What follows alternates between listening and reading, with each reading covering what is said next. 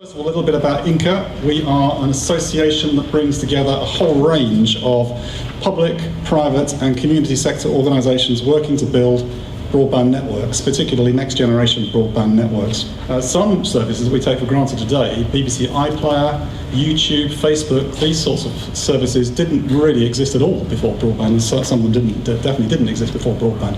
And yet for an 11-year-old who can get access, it's part and parcel of what they do every day. And I think most of us would recognise that this has been a decade of innovation in these online services. We need the infrastructure in order to innovate and create new types of services. I can't predict what those will be, and in fact I always get it wrong. Whenever I see, when I first saw eBay, I thought that's the most stupid idea anybody's come up with. Whoever's going to want to go online to do auctions? You know, how stupid am I? Because we use it all the time now. And similarly with other services, I'm not a very good predictor of what's going to work and what's not going to work, but I do know there will be significant changes because we always find ways of innovating once we have an infrastructure which provides the capability for doing that innovation. Are we ready for tomorrow? That's the question I really think we should be addressing in these sorts of events. How ready are we for tomorrow? Now, the Cisco study I referred to, it's the third time they've done this study. It's quite a useful study, the broadband quality study. They sort of rank countries across the world by how well they're using the internet today, the current applications and so on. And we are comfortably enjoying today's applications, but we're not in that group of countries yet, which is ready for the applications coming downstream tomorrow.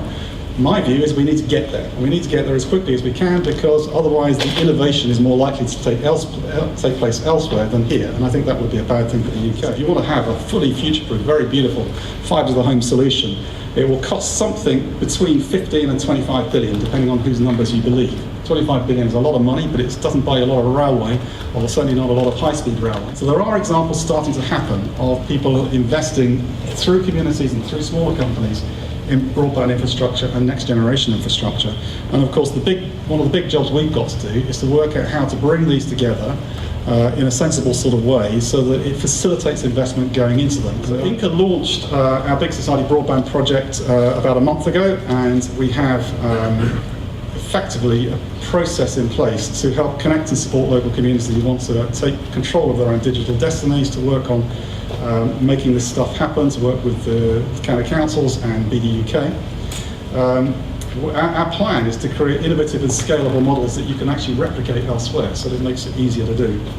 Help us to establish the sustainable partnerships you need to make this sort of thing happen, and to provide some focus on digital inclusion, because if a third of your community is not online at all, that's a third of the community who definitely won't be investing in any particular local scheme. But just to conclude, INCA is an organisation that brings together many people in the public, private and community sectors. Our aim really is to extend to you an invitation to get involved and to help generate more investment coming into this sector, and to work to bring these sectors together to build out next generation broadband as quickly as we can for the good of the whole country.